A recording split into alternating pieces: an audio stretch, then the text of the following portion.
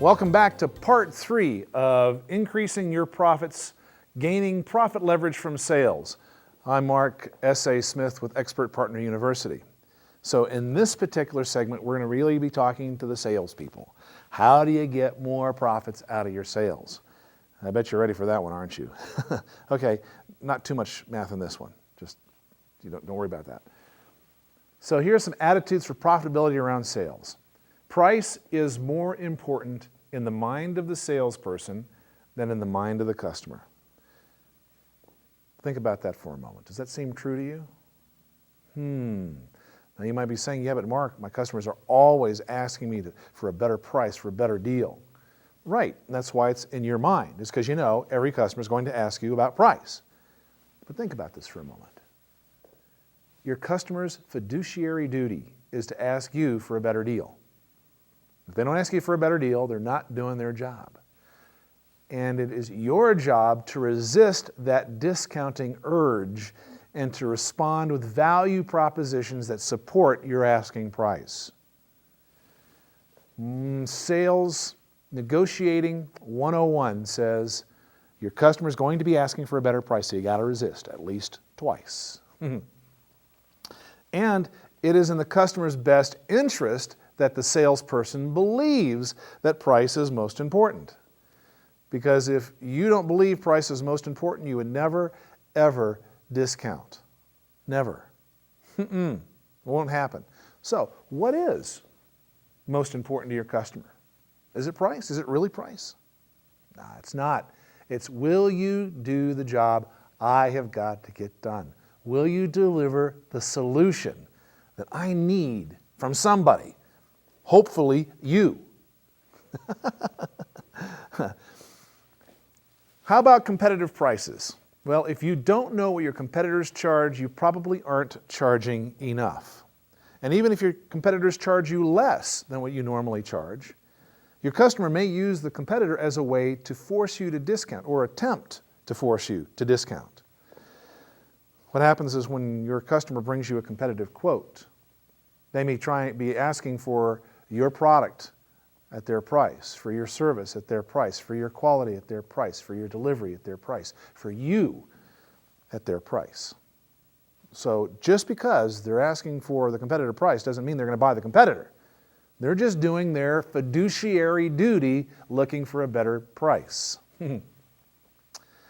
And if you raise your prices, it's going to have quite an impact on your profitability. Remember in an earlier part we talked about the impact of price discounting on your profitability, and it's huge. Here we're going to take a look at what happens if you increase your prices. Let's say that you have that nice 25% margin, and if you increase your price by 5%, you get a 20% increase in your profitability.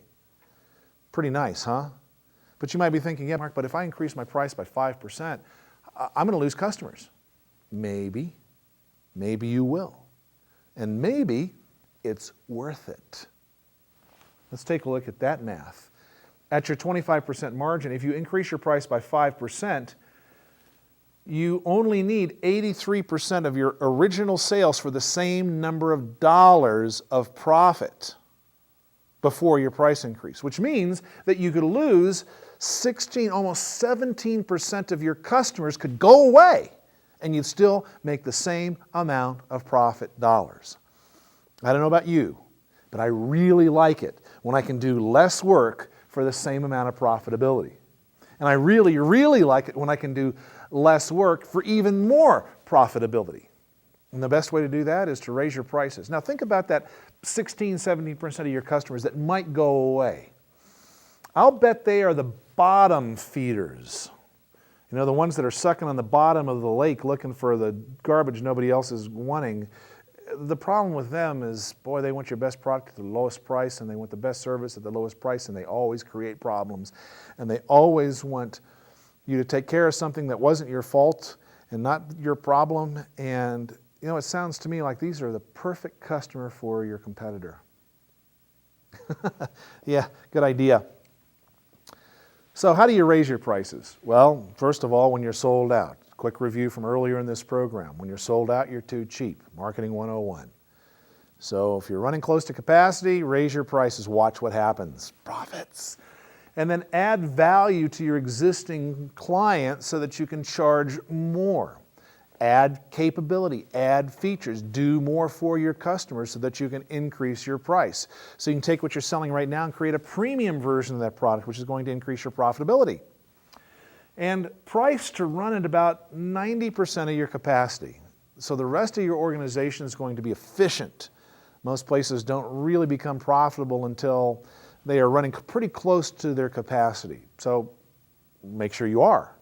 Of course, that takes a little accounting and more numbers. We're not going to go into this in this program, but your finance people will know how to figure this stuff out. And if they don't, you need some new finance people. Yeah. Here's other ways to raise your prices. If you need some additional temporary capacity, you might choose to partner with another organization. So outsource part of that to increase your capacity. And fire bad customers. Fire those customers that are a pain. You know, those ones that you charge an extra fee for to do business with them because they're just not worth doing business with at regular prices? Well, so here's how you do it. Give them advance notice. Tell them that you're raising your rates, you're raising your prices. To give them an opportunity to go find somebody else if they don't want to pay it, or just raise the prices enough to where you get enough money to deal with them. Maybe that's worth it to you. Maybe there's enough profit for you to go to the doctor on a regular basis and have to buy stomach pills because they're real, or maybe not. Maybe you just want to fire them. Tell them why, and tell them why in detail.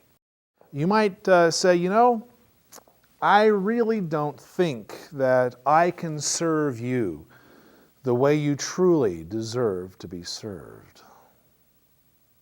Maybe they'll get the point. Offer them other options.